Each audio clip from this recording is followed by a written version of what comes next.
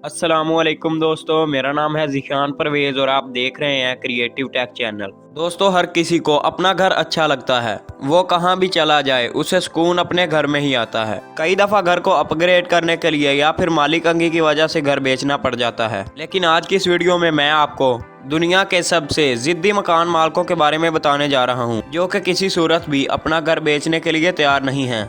तो शुरू करते हैं अपना काउंटडाउन। Number 8, flyover house. दोस्तों, चाइना की आबादी बहुत ज़्यादा है और वहाँ ट्रैफिक के भी बहुत मसाइल हैं। चाइना की गवर्नमेंट रोड्स बनाकर आवाम की सहूलत के लिए कोशिश कर रही है। ये जो घर आप देख रहे हैं, इस घर के ऊपर रोड तामीर होना था, लेकिन इस घर में रहने वाली 3 फैमिलीज ने इसे बेचने से इनकार कर दिया। यहाँ कोई और ऑप्शन ना होने की वजह से डेवलपर्स को इस घर के इर्द गिर्द 360 डिग्री का फ्लाईओवर बनाना पड़ा। सिर्फ इस घर की वजह से पूरी ट्रैफिक घूमकर फिर इसी रोड पर चढ़ जाती है।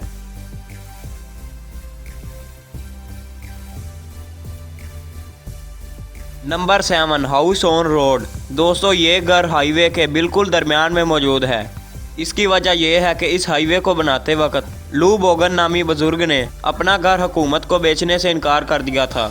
ये घर चाइना में मौजूद है और इस घर में लू और इसकी वाइफ रहती है। इस घर के पड़ोसियों ने तो अपना घर बेच दिया क्योंकि यहाँ पर हाईवे बनना था, लेकिन इन्होंने अपना घर नहीं बेचा। इन बुजुर्ग का कहना था कि घर की कीमत इनको बहुत कम मिल रही थी।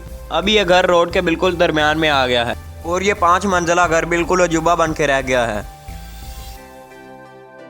Number 6, house in shopping mall. दोस्तों, सिटिंग शहर में एक बहुत बड़ा शॉपिंग मॉल है जो कि बहुत पॉपुलर है, लेकिन इस मॉल के बिल्कुल दरमियान में एक पुराना सा छोटा घर है। ये घर एक बूढ़ी औरत का है जिसकी उम्र 84 साल है। इस घर में एक बूढ़ी खातून रहती थी। इस मॉल को बनाने वाले बिल्डर ने इस खातून को बहुत ज्यादा पैसों की ऑफर दी, लेकिन इन्होंने अपना घर बेचने से इनकार कर दिया। इसके बाद बिल्डर के पास कोई और ऑप्शन नहीं था। इन्होंने घर के इर्द गिर्द मॉल बना दिया। मॉल के बनने के 1 साल बाद इस बूढ़ी खातून की मॉल के मालिक के साथ अच्छी दोस्ती हो गई। मॉल का मालिक इस घर में फ्री का सामान भेजा करता था। 87 साल की उम्र में मरने से पहले इस औरत ने ये घर मॉल के मालिक के नाम कर दिया था, लेकिन ये घर आज भी वहीं पर मौजूद है।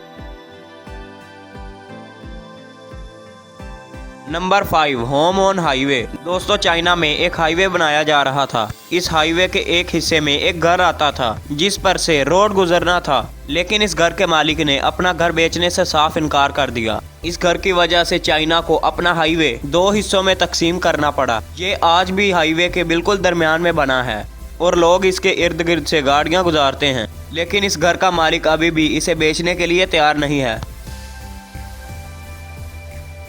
Number 4, farm on highway. दोस्तों, चाइना में बड़ी गाड़ियों के लिए रोड डेवलप हो रहा था। 2014 में ये हाईवे एक 70 साल बूढ़ी औरत और 71 साल शख्स के फार्म तक पहुंचा। इन लोगों ने पहले फार्म के मालिक के साथ बात नहीं की थी। जब गवर्नमेंट ने ये फार्म खरीदने के लिए कहा तो दोनों ने ये मकान बेचने से इनकार कर दिया। इस हाईवे के साइड पर भी कोई जगह नहीं थी और ना ही इस रोड को टर्न किया जा सकता था, तो ये पूरा प्रोजेक्ट बुरी तरह फेल हो गया और ये रोड फार्म पर आके रुक गया। ये ओल्ड कपल किसी भी गाड़ी को फार्म में से नहीं गुजरने देते, लेकिन कभी कभार छोटी कार्स इसकी साइड से गुजर जाती हैं। चाइना के लोग वाकई में बहुत जिद्दी होते हैं। नंबर 3, यांग हाउस। घर को देखकर आप सोच रहे होंगे कि इस जगह पर भला कौन घर बनाना चाहेगा, लेकिन ये घर पहले प्लेन जगह पर ही बना हुआ था। ये घर चाइना में ही बना हुआ है और ये एक बहुत बड़ा 3 मंजिला घर है। इस घर और इसके इर्द गिर्द जगह पर बिल्डिंग्स बनाई जानी थी, लेकिन इस घर के मालिक यांग ने इसे बेचने से इनकार कर दिया। गवर्नमेंट के लोगों ने 3 साल तक यांग को समझाने की बहुत कोशिश की, पर वो नहीं माना। बिल्डर जिस जगह पर कुछ भी तामीर नहीं कर पाए, तो इन्होंने इस घर के चारों तरफ मौजूद अपनी जमीन में गड्ढा बना दिया, जिसकी वजह से यांग के घर का पानी और बिजली का कनेक्शन कट गया। लेकिन यांग और इसकी फैमिली आज भी इसी घर में रह रही है। ये लोग नदी से पानी भरकर लाते हैं और बिजली के बगैर ही रहते हैं। ये वाकई में हद से ज्यादा जिद्दी हैं। Number 2, farm in Japan airport. दोस्तों, जापान में एक नारिटा एयरपोर्ट है। जब ये एयरपोर्ट बनाया जा रहा था तो बहुत से किसानों ने अपनी जमीन को बेचने से इनकार कर दिया था। किसानों की ये जमीन एयरपोर्ट के दरमियान में आ रही थी। बहुत सारे फार्मर्स ने अपनी जमीन नहीं बेची और गवर्नमेंट को ये एयरपोर्ट छोटा करना पड़ा। इस एयरपोर्ट में 3 रनवेज बनाए जाने थे, लेकिन अब इसमें सिर्फ 1 रनवे है। 1978 में लोगों ने लीगल केस करके अपने फार्म्स गवर्नमेंट को नहीं दिए। अब इन फार्म से प्लेन सिर्फ 40 मीटर की दूरी पर होते हैं और किसान दिन में टेक ऑफ और लैंडिंग के नज़ारे लेते हैं। Number 1, Washington house. दोस्तों, वाशिंगटन डाउनटाउन में प्रॉपर्टी का रेट हद से ज़्यादा है, क्योंकि वहाँ पे बिल्डिंग्स के जाल बिछे हुए हैं। डाउनटाउन में एक शख्स रहता था जिसका नाम ऑस्टिन था। इसके पास एक घर था जिसको रियल एस्टेट बिल्डर्स खरीदना चाहते थे, क्योंकि इस घर की लोकेशन बहुत अच्छी थी। इन बिल्डर्स का इरादा वहाँ पर ऑफिस बिल्डिंग्स बनाने का था। इस घर के लिए इन्होंने ऑस्टिन को $3 मिलियन की ऑफर दी।